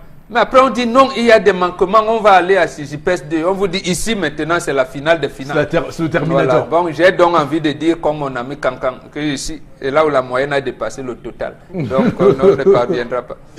Donc, Charles Hamel, opération de comptage physique. Vraiment, c'est qui est quand même hilarant dans l'histoire, c'est que on est bien dans un pays au XXIe siècle où on dit on va compter les gens physiquement, tous les fonctionnaires camerounais. Dans les 360 communes. Il y a dit qu'il y a les sous-préfectures, oui, tout à fait. Avec tous les démembrements. Moi, je vois qu'on peut. Voilà. Voilà. Vous irez à Amchidé, là où Boko Haram, vous irez. Impossible n'est pas camerounais. Au nord-ouest et au sud-ouest, il y a la crise anglophone. Et comment va-t-on savoir que les fonctionnaires on va y aller physiquement. sont présents à leur poste de travail, comme le dit le communiqué du ministre Louis-Paul Motazé.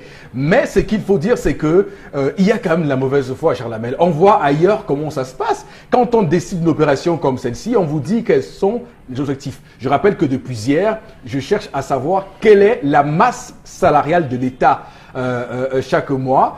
Alors, les chiffres diffèrent, hein, selon. Il y en a qui disent 70, d'autres disent 75, 80 milliards de francs CFA. Et j'ai même appris que depuis 2007, cette masse salariale est passée de près de 36 milliards de francs CFA à 75 milliards de francs CFA. Donc, un boom terrible. Donc, c'est pour dire que il aurait mieux fallu que le ministre Louis-Paul Motazé, comme il aime beaucoup les audits, qu'il audite d'abord cette dépense salariale de l'État et qu'il nous dise voilà le manque à gagner, voilà l'argent qu'on souhaite récupérer avec cette opération et voilà à quoi va servir l'argent qu'on souhaite récupérer.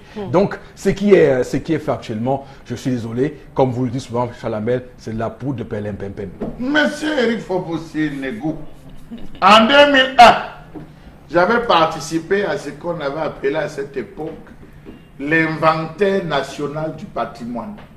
J'étais coordonnateur d'une zone. Il y avait des individus, lorsqu'ils marchaient, ils arrivaient dans une concession. L'arbre s'est planté depuis combien de temps? On dit non, on a trouvé ça quand on est né. Tu es né en quelle année? Donc, probablement, l'arbre c'est à 30 ans. Il écrit 30 ans. Vous avez quelque chose qui est vieux dans la maison? On dit oui. Vous avez quoi? On sort une vieille lampe tempête. La lampe tempête, c'est là depuis combien d'années? Il met environ 40 ans. Voilà comment des individus travaillent au Cameroun. Et donc, qui n'ont reçu aucune formation. Ils sont allés jusqu'à enregistrer une vieille bicyclette de l'époque. J'ai posé la question de ça. Et donc, ce qui est fort, c'est qu'on va envoyer des mêmes Camerounais aller recenser, aller compter les gens. Nous sommes allés au recensement général. Toujours j'étais dedans. Oui, on est allé encore avec les mêmes individus. Oui, le bureau. Oui. On est arrivé pour recruter, pas pour recenser. On est arrivé, quand on toque à la porte, c'est une personne qui dit, vous voulez quoi? C'est pour le recensement, madame. Ça, c'est qui? Il peut avoir combien, vous vivez chez vous combien, madame? Vraiment, c'est rapidement. La femme dit que là, j'ai mes 2 enfants. Il dit, vous avez qui encore? Dit les cousins. La personne met environ 7 personnes. Il va à la telle maison. Je vous assure, voilà comment on a recensé. Je vous l'ai dit, voilà comment on a recensé. Quand on arrive, on dit qu'on a toqué là-bas, le voisin, ils peuvent être combien là-bas? On dit qu'avec tout ce qu'il y a là-bas, ils peuvent être 10. Environ 15 personnes dans ces maisons. Ils sont de quelle tribu? Ceux qui sont là-bas, on dit que les Bamounis sont nombreux chez eux. Non, là-bas, on peut mettre. Voilà comment les gars. Sur le terrain. Voilà les chiffres qu'on a donnés. Nous avons le Sénadi. Voilà. Voilà un gros dossier. Donc, parce que depuis vous posez, je dis, nous avons le Sénadi. On ne réussit pas à épurer là-bas. Oui. C'est au contact physique. En plus, même, il ne faut pas déstabiliser. Il ne faut pas déstabiliser le Ngomna. Non, il ne faut pas décourager. Ce qu'on dit, c'est sur des faits réels. Quand même. Parce que, si vous avez des propositions à faire, faites. Oui. Faites des propositions. Dites que oui, monsieur Longomna, ce que vous avez dit, ce n'est pas ça, ça ne va pas y aller. Alors, on propose plutôt ça. C'est simple tendance. Oui. Chaque département ministériel a ce qu'on appelle secrétaire général. Et sous sa responsabilité, il y a un responsable des ressources humaines.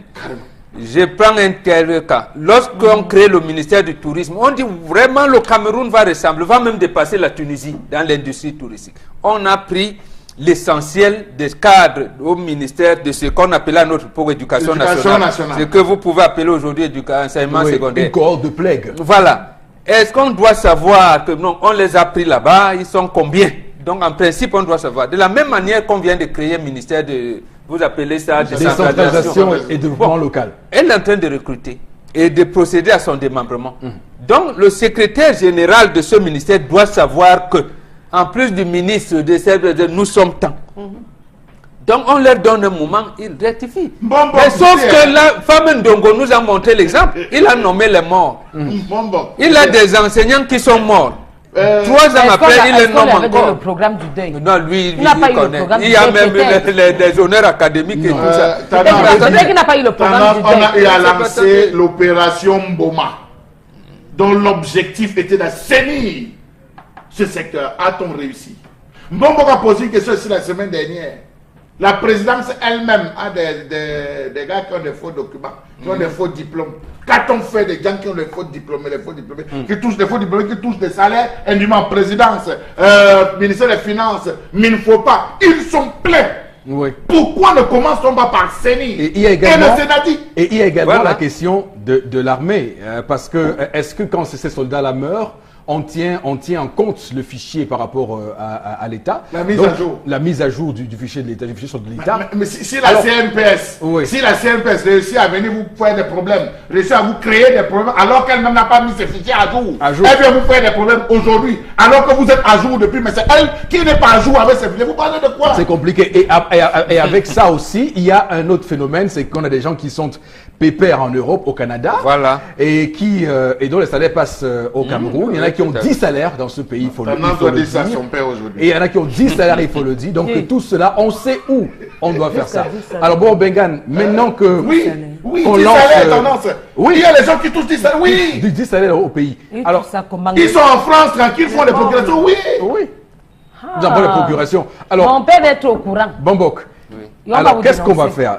À supposer, nous ne serons pas si pessimistes, à supposer qu'ils réussissent à débusquer des fictifs, qu'est-ce qu'ils vont en faire? C'est quoi la procédure? Là encore, il faut qu'on s'interroge. Il faut qu'ils se rassurent Après- qu'ils n'ont pas de ramifications avec la présidence. Non, non, la Et les procédure complices. normale Et les voudrait complices. qu'on les est en justice. Avec des complices. Oui, oui, Parce qu'il y avec a les forcément complices, les complices. oui, oui, qu'on les laisse en justice et que après comment je veux dire, ils remboursent ce qu'ils ont pris indûment. On les met en débat, comme on dit Oui, oui, souvent, tout dans à ce fait. langage-là. Oui, ils remboursent. oui. Maintenant, pour les diplômés, les faux diplômés, on n'a rien dit. On a dit qu'on les ramène. Bon, qu'on avait recruté, on disait qu'il avait un 2 en sorcellerie. On a repris. Non, il avait plutôt le BPC. On dit, mais c'est qu'il a eu entre-temps, on dit, laissons. Payons-le maintenant avec le BPC. Niveau BPC.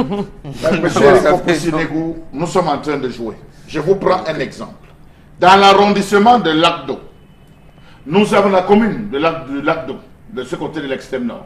Nous avons un village qu'on appelle Badjaoulé. Oui. Badjaoulé qui est pratiquement sur une île.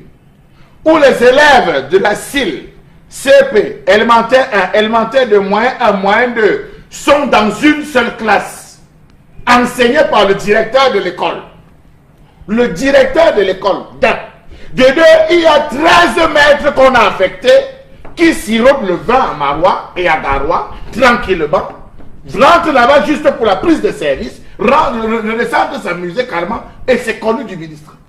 C'est connu du ministère, rien n'est fait. Je tiens à vous préciser que j'ai eu l'occasion de tomber sur le schéma qui démontre qu'il y a 16 salles de classe construites, il y a une qu'on va finir bientôt en 2018, alors qu'il y a une seule classe. Les chiffres sont parlants parce qu'on parle, je rappelle, il y a quelques mois, le Messager faisait état d'un chiffre de 14 000 fonctionnaires fictifs.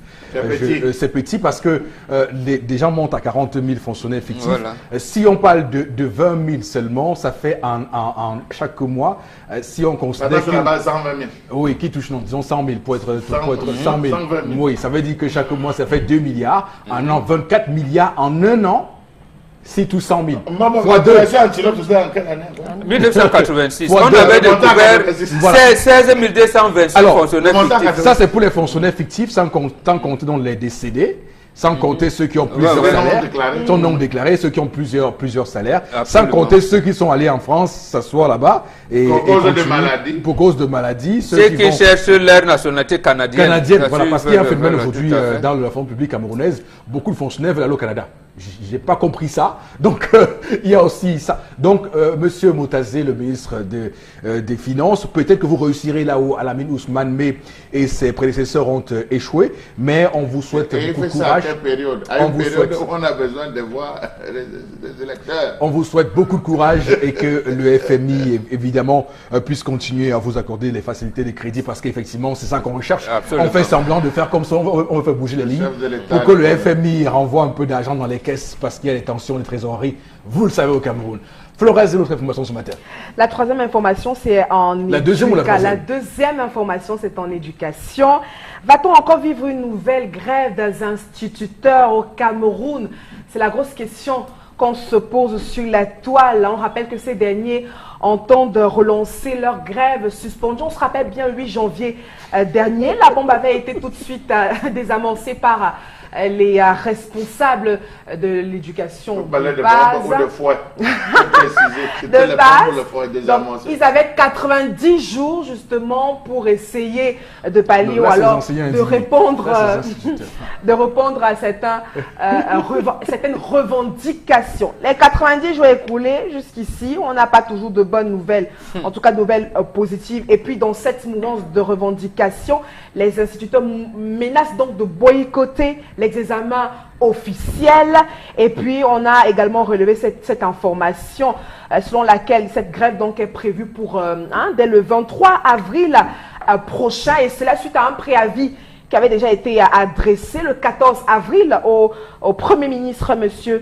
Philémon Yang. Ils l'ont donc martelé dans ce préavis, dans la correspondance en tout cas adressée au Premier ministre. Ils vont boycotter tous les examens officiels auxquels ils ont souvent pris part. Quelle est donc la réaction du gouvernement? Quelle sera la réaction du gouvernement? La première bombe avait été désamorcée, Chalamel, le 8 janvier. Alors, la seconde, La seconde bombe. Non, Vont-ils réussir? le délégué. Je ne suis pas sûr que Tendance, le WhatsApp de Tendance, c'est la Vont-ils marche avec son réussir père. à la Parce savoir? que tous les jours ici, on décrit Tendance, il faut mettre ton WhatsApp à jour. Je t'assure Maintenant, que- les enfants risquent de ne pas faire le composer le concours d'entrée en sixième. Mais mais ça sur c'est quand Messenger. même... c'est quand Eh, même non, grave. non, c'est comme ça que demain vous allez faire insulter mon père. J'espère que le problème a déjà été résolu. Où on a reporté 90 jours. Qui a parlé de 90 jours et je suis pas au courant? Le PM lui-même. Responsable, Le non.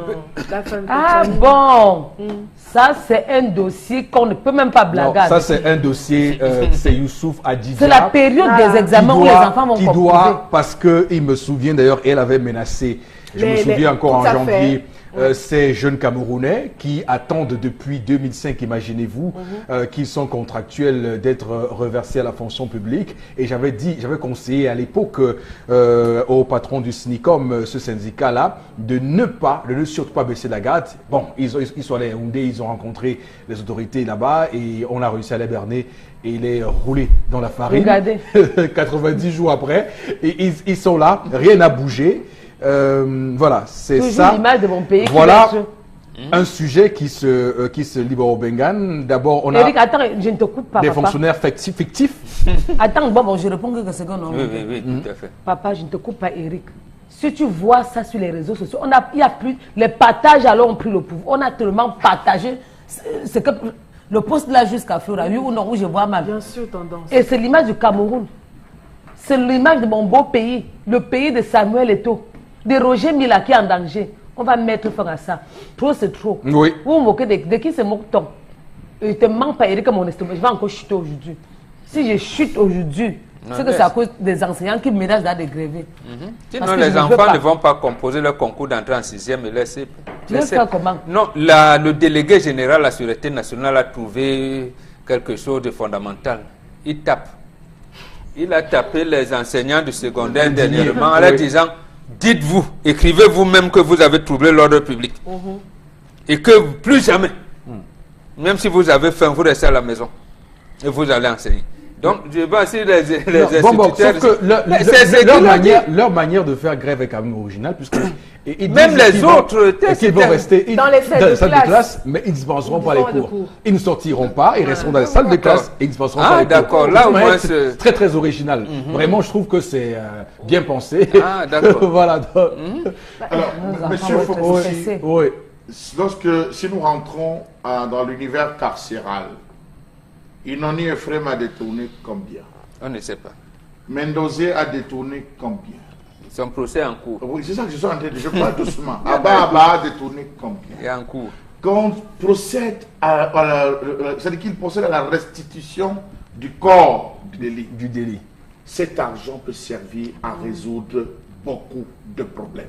L'argent qu'on a attrapé, Basile, à Taranakuna avec, au lieu d'aller jeter cet argent dans un compte, si on établit que c'est le fruit du vol, cet argent peut résoudre des problèmes. Je ne pense pas que si le chef de l'État se lève en disant nous avons saisi tel, les corps du délit ont été remboursés par tel, Yves Michel Foto a remboursé tel a remboursé tel, cet argent, cher Camerounais, où allons-nous l'investir? Je ne pense pas qu'il y aura un endroit où on va souffrir pour installer cela. Nous avons des anciens indignés qui ont des difficultés à pouvoir vivre. Nous avons des instituteurs qui ont des problèmes pour pouvoir vivre. Nous avons des villages qui ont des difficultés, qui produisent sur le plan agricole, ont des merveilleux produits qui ne parviennent pas à écouler en ville. Mais c'est grave, c'est lamentable. Et on laisse ces gens se balader avec des milliards, des millions, et qu'on nous dise que l'immeuble, c'est l'immeuble de Basile à Taranakuna, l'immeuble, c'est l'immeuble de tel, l'immeuble, c'est l'immeuble de tel, qu'on dise qu'il a volé, et qu'on regarde juste là. Arrêtez ça.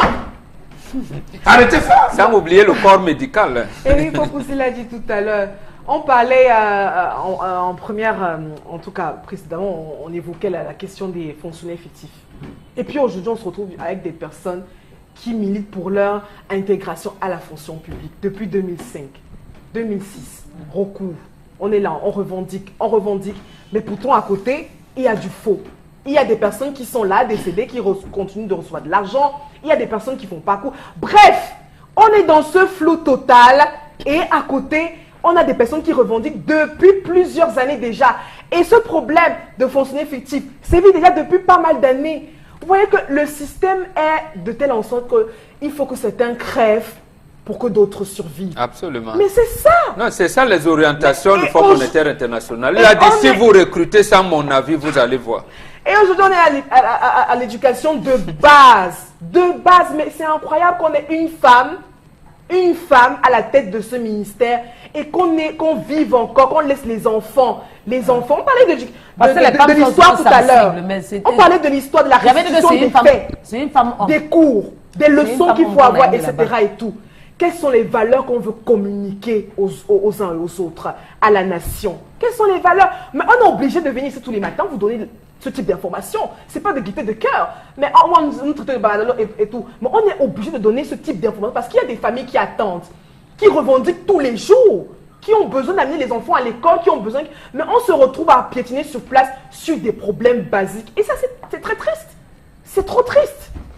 Ok, restons sur la tristesse avec vous, Florazé. La troisième information. Oui, Eric Fopoussi, parce qu'il faut bien qu'on continue de marteler les problèmes qui nous minent. Parce qu'on va recevoir la CAN 2019 et il faut également que ce problème se règle tout de suite. On parle de l'aéroport international de Douala et depuis un peu déjà sur la toile, il y a des photos qui circulent. Et puis cette information aussi, on rappelle que l'OACI, après son audit, l'organisation de l'aviation civile internationale évoque comme motif parce que ils veulent justement qu'on ferme l'aéroport international de Douala. Alors, le premier motif, justement, c'est l'état de délabrement avancé de cette infrastructure. Voilà. Une opération, je le rappelle, d'inspection qui a commencé il y a quelques jours, déjà une semaine pour être précise, et puis suite à des plaintes qui ne datent pas d'aujourd'hui. Et on rappelle que ces plaintes sont donc issues d'une quinzaine de compagnies constituant la Airline Operator Committee de Douala, qui ont évoqué pas mal de motifs que nous connaissons tous et qui justement pourraient amener une fermeture de l'aéroport international de Douala. La proximité des habitations de la zone aéroportuaire, mauvais entretien du matériel informatique, matériel de piste, les regards critiqués, surtout critiqués par les compagnies qui disent être dans un état déplorable. Et puis on rappelle qu'en 2016, l'État aussi avait fait une sorte concéder un prêt de 46 millions d'euros, soit 30 milliards de francs CFA sur 4 ans justement pour rénover l'aéroport international de Douala. Vous-même faites un tour si vous êtes à Douala, si vous êtes au Cameroun. Vivez vous-même l'infrastructure, faites le tour à l'intérieur et à l'extérieur. Voilà un sujet qui intéresse Charles Hamel parce que tout récemment ici on évoquait d'ailleurs le duo Assoumou qui a pris en otage l'aviation civile au Cameroun. D'abord le patron des ADC, Thomas Ona Assoumou, mais également la patronne de l'autorité civile au Cameroun, aéronautique au Cameroun, qui est donc, comme vous le savez, Koki Assoumou, Paul Koki Assoumou. Donc ces deux-là qui, comme vous le savez, étaient également protégés par l'ancien ministre des Transports. Souvenez-vous de ce qui s'est passé en 2005 en 2015 pardon, avec le limogeage de l'ancien DG de l'autorité aéronautique, Monsieur Takam, pour mettre donc Koki Assoumou. Donc on va dire qu'aujourd'hui c'est une organisation sérieuse qui demande qu'on ferme purement et simplement ce simulacre d'aéroport qu'on a à Douala, parce que ce n'est pas l'aéroport. On l'a plusieurs fois dit ici. Lorsqu'on va au Togo, lorsqu'on va au Sénégal, l'aéroport Blaise Diagne à Dakar, vous dites, mais attention, le Cameroun, c'est une république de 1900, ouais, comme dit souvent. Comment on dit souvent. On va maintenant faire comment pour voyager. Mais pourquoi mettre à la place un aéroport digne de ce nom? Charles Hamel. Qu'on commence par arrêter voyager comment? Tous ceux qui ont géré cette affaire, les dossiers de cet aéroport. De la réflexion? De la réflexion du début, juste de la première réflexion jusqu'à la dernière réflexion, qu'ils soient interpellés. Qu'on commence par rassurer les Camerounais, on parle de dialogue social, on parle de vivre ensemble. Nous avons quelqu'un comme Dominique Satenan qui est arrivé dans un pays comme le Cameroun, qui est venu tromper les Camerounais. On laisse ça passer, il faut qu'on gère ce type de situation. On laisse, à force de laisser les petites choses comme ça finit par devenir les grands plans. Qu'on commence d'abord par interpeller des gens comme ça qui viennent d'ailleurs. Dominique Satenan, qu'on l'interpelle, qui s'explique, qui définisse, qui présente ses excuses aux Camerounais. Ça c'est dingue. Je reviendrai sur ça, là, sur les voies, on a Non, travaillé. non, On non. travaille sur le dossier. Non. Parce que même les pratiquants dans ma soirée, excusez-moi, ça m'énerve. Oui, Parce oui, que les gens mais ça connaissent. vous dire, mais on parle des aéroports. Oui, ça, je là. reviens aux aéroports, c'était une discussion. Oui, Je reviens aux tout à fait, aéroports pour oui. dire que vraiment, tendance ne me dira pas le contraire. Elle qui a fait 35 ans dans les différents aéroports, dans les différents pays, que la première chose, la vitrine d'un pays, c'est l'aéroport. Lorsque vous arrivez sur l'état de l'aéroport, la première bouffée de chaleur, les premières images, le contact avec la population, les premiers mecs que vous goûtez, si tout cela ne rentre pas, monsieur, même si vous faites 15 ans dans ce pays, vous serez malheureux et mal à l'aise. Or, sans nos clients. Tu as le goût. Oh, quand tu arrives en Afrique du Sud, à Johannesburg, Oui, la tendance. l'aéroport de Johannesburg, bon, tu es arrivé là-bas. Oui, une fois. J'ai dit, quand tu arrives à Johannesburg, tu as le goût de te filmer, dis même que tu es aux États-Unis. Là-bas, tellement on t'accueille, même les toilettes sont propres. Et moi, ça m'énerve parce qu'on dit que ça ne fait même pas encore 3 ans qu'on a arrangé l'aéroport du Cameroun. Ça ne fait pas 3 ans si j'ai une bonne mémoire. Qu'on a fait semblant d'arranger. On avait arrangé. On a menti ton père. Et ce qui m'énerve, c'est tout l'argent, les budgets que vous votez et qu'on signe. On vous donne l'argent, vous ne faites pas. Vraiment, ce n'est pas bien. Quand vous donnez de faire quelque chose, faites bien. Ne me faites pas, vous manquez le respect. Même à Djamena, tu arrives au Tchad, l'aéroport est tellement propre. L'accueil même d'abord. Pas vos choses que vous faites ici quand on arrive au camp. D'abord, tout ça va changer. Je suis là, non? Et vous avez la chance que quand il parle, mon père m'écoute. Je vais l'écrire un long message sur Messenger. Comme vous croyez que quand il parle, il n'entend pas là. Voilà. Papa, j'ai à te dire, même s'il ne me regarde pas ce matin. Très bien. Je connais son programme d'aujourd'hui, il n'est pas disponible. Mais je dis pas ce qu'il devait faire en journée. Parce que vous connaissez. Je vous dis pas ce qu'il va faire en journée. Je connais tout son programme. C'est que je vais laisser le message sur Messenger. Il va lire. Dès qu'il me répond, demain je vais encore vous répondre. Merci beaucoup. Merci Garde la infiniment. monnaie, Eric. Florazé, pour ces informations buzz sur les réseaux sociaux de ce mardi c'est tout, Eric. 17 avril 2018 sur Equinox Télévision. On va tout de suite maintenant les retrouver au studio et au plateau B. Constilamine pour nous parler du Red Copper ce matin. Bonjour et bienvenue Constilamine. Nourriture colle constamment à votre poil. Fatigué de frotter, gratter et d'abîmer vos Juste après ceci. Cathy Mitchell avec ma nouvelle poêle Red Copper. Cette poêle révolutionnaire est faite de céramique non collante et de cuivre super solide. Garantie de rester sans égratignure. Pas de rayures et pas de résidus collés. Elle est légère et extra résistante. Elle ne s'égratigne pas et elle ne s'effrite pas dans votre repas. Regardez, des biscuits trempés dans le sucre à la cannelle et glacés de caramel collant. Mettez au four. Red Copper va au four avec sa poignée qui résiste jusqu'à 500 degrés Fahrenheit. Et le tout glisse tout seul. Miam! Cuisine et santé. Des lanières de poulet presque sans gras et presque sans huile. Red Copper utilise un cuivre pur à 100%, si durable que vous pouvez couper du beefsteak et des oignons pour un sandwich au steak et fromage fondant. Rien ne colle. Battez-y les œufs sans bol à mélanger. Vous gagnerez du temps. La poêle Red Copper est sans PFOA ni PTFE. Elle est sécuritaire pour vous et votre famille. Flambez vos desserts, grillez du poisson ou faites cuire un poulet au parmesan. Tout glisse facilement. Même le sucre caramélisé ne colle pas. Versez sur des arachides pour une délicieuse gâterie. Vous aurez toujours une poêle propre. Fouetter, cuire, frire et même retourner. C'est vraiment la poêle la plus polyvalente sur le marché. Et en plus, elle va au lave-vaisselle.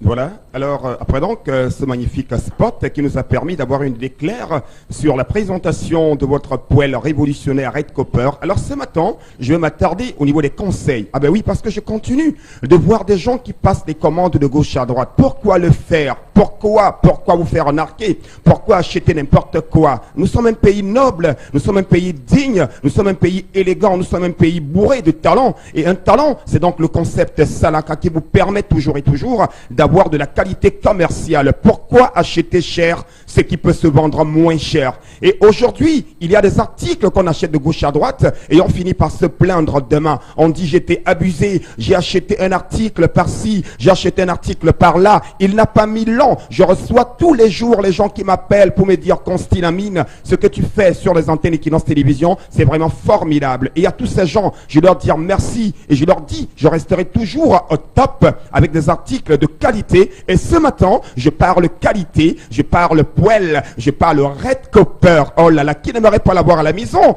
Qui n'aimerait pas avoir cette poêle médicale pour nos amis diabétiques qui nous regardent à la maison? Ah ben oui, vous aimez manger moins gras, vous n'aimez pas de l'huile, mais vous aimez bien entendu les omelettes, vous aimez les frites de plantain. Voici donc une poêle qui vous permettra, chers téléspectateurs, de faire vos omelettes sans utiliser une seule goutte d'huile. Oh oui, je vous le dis et j'assume. Essayez, vous ne serez pas déçus. Si c'est le contraire, je vous rembourse 4 fois votre argent. C'est ça l'engagement commercial du concept de Salaka. Alors je rappelle que cette poêle que j'ai entre mes mains, elle est non seulement spacieuse, elle est solide, elle est élégante, elle est stylée, elle est pratique, elle est médicale. Oui, pourquoi médicale? Parce que nos amis diabétiques, comme je l'ai si bien dit, peuvent faire des omelettes, peuvent faire frire leur poisson, peuvent faire frire leur manioc, leur macabo, les pommes ou alors le plantain sans utiliser de l'huile. C'est pratique et c'est économique.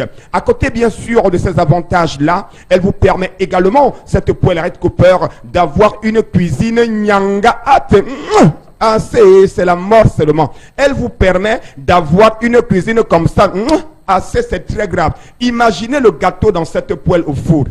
Quand ce gâteau sort, celui qui n'aime pas la pâtisserie va courir sur ce gâteau parce que c'est la qualité totale, chers téléspectateurs. Alors, comment l'avoir? Il vous suffira tout simplement de passer vos commandes au numéro de téléphone qui s'affiche au bas de l'écran. C'est une poêle qui se vend uniquement à travers nos numéros de téléphone. Pourquoi? Parce que c'est la qualité. On ne veut pas vulgariser ce produit dans le marché. Ah ben oui, on veut permettre bien entendu aux connaisseurs, on veut permettre à ceux-là qui ont besoin de toucher du doigt la qualité, qui ont besoin d'avoir le luxe à la maison, de pouvoir nous appeler pendant que je suis en train de parler et la voir au prix de combien? De combien? Je n'ai pas dit 150 000 francs. Non, je n'ai pas dit 100 000, mais je dis au prix de 15 000 francs. Une poêle qui vous permettra d'être, c'est-à-dire qui sera utilisée des années et des années. Pour dire tout simplement, aujourd'hui, papa va l'acheter, l'enfant va l'utiliser, le petit enfant va l'utiliser, l'arrière-petit-enfant va utiliser cette poêle Red Copper en déboursant seulement la somme de 15 000 francs. Ce n'est pas économique, c'est très économique. Alors pourquoi acheter les poêles de gauche à droite? Pourquoi commander de gauche à droite alors qu'on a le concept Salaka qui vous permet d'acheter une poêle médicale au prix de 15 000 francs seulement? Mbana bato bese, we no pasa deido, we o aqua, we o bepanda, we o yawonde, we o bonaberi, bele tatan wana mangolo de no sawa, nin poêle, nyende mangolo, wa plate pongo pankete, wa plate janga sui, wa plate janga nye, te bende nje wa pula no, nin poêle, nyabola mangolo odio, mbana mangolo motote angambele tatan andani une poêle et banja idée 15 000 francs boucate. La suite c'est avec un autre produit. Le temps bien sûr pour nous de voir la publicité. Merci. Avant je me faisais brûler les mains tout le temps pour pouvoir servir tous mes clients. Mais ça, c'était avant le moteur Sega. Et oui Gigi, avec Super Gant, manipuler des casseroles en pleine ébullition, des marmites ultra chaudes, des grillades à la poêle, au four et au barbecue, tout y passe. Et vous n'avez pas tout vu. Fabriqué à base de silicone, Super Gant est anti-brûlure, anti-chaleur et fait gagner du temps.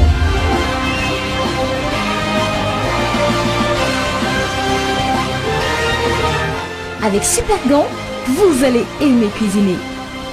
Et bien sûr, chers téléspectateurs, comme le slogan le dit, avec Super Gant, vous allez aimer cuisiner.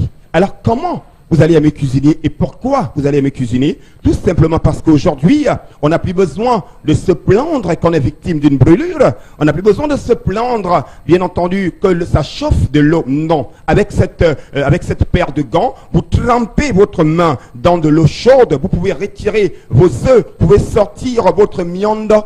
Question de le tester, de voir si le viande est déjà cuit. Vous pouvez retirer votre plantain. Vous pouvez retourner votre grillade. Vous pouvez retourner, bien sûr, votre macabo en pleine braise. Votre plantain sans toutefois être inquiété par la flamme. Parce que Super Gant, c'est sécuritaire. Super Gant, c'est pratique. Super Gant, c'est beau, c'est nyanga, c'est stylé. Alors, chers téléspectateurs, je vous rappelle que vous avez cette paire de Super Gant au même principe de vente. Il vous suffit tout simplement de commander dès à présent à nos numéros de téléphone que vous connaissez déjà et qui vous va encore s'afficher au bas de l'écran. Alors, quel qu'en soit vous êtes à Yaoundé, en Kansamba, à Bomonon, c'est l'occasion d'appeler dès à présent. Ah ben oui, pour ceux qui me regardent dans mon village natal du côté de Bonois-Benguet, c'est l'occasion plus que jamais de commander votre paire de super gants dès à présent. Je rappelle que la paire de super gants, vous l'avez à 6 000 francs. Oui. Une paire de super gants de qualité supérieure faite à base de silicone, neuve dans le carton. Vous l'avez à 6 000 francs, cette magnifique paire de gants. Et comme c'est le salaka, et comme c'est le partage, et comme c'est l'espace qui vous permet de tout avoir, les premières personnes à appeler dès à présent, oui, je dis bien dès à présent, pendant que je suis en train de parler, et après ma communication, auront l'occasion d'acheter l'ensemble de ces deux produits à 18 500 francs, notamment la poêle Red Copper, et votre paire de super gants au prix unique de 18 500 francs. Merci. Alors profitez beaucoup, pendant qu'il est temps et achetez la Merci qualité. infiniment. Merci On beaucoup. va tout de suite prendre l'interpellation de cette matinée, madame, monsieur, pour vous qui restez fidèles sur Equinox Télévision.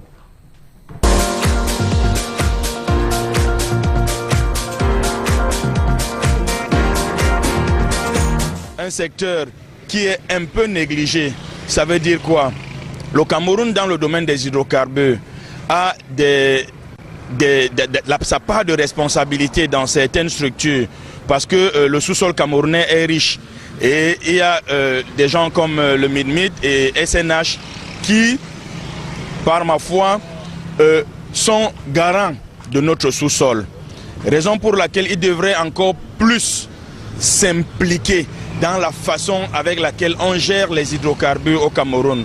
Parce que c'est un domaine un peu très délicat.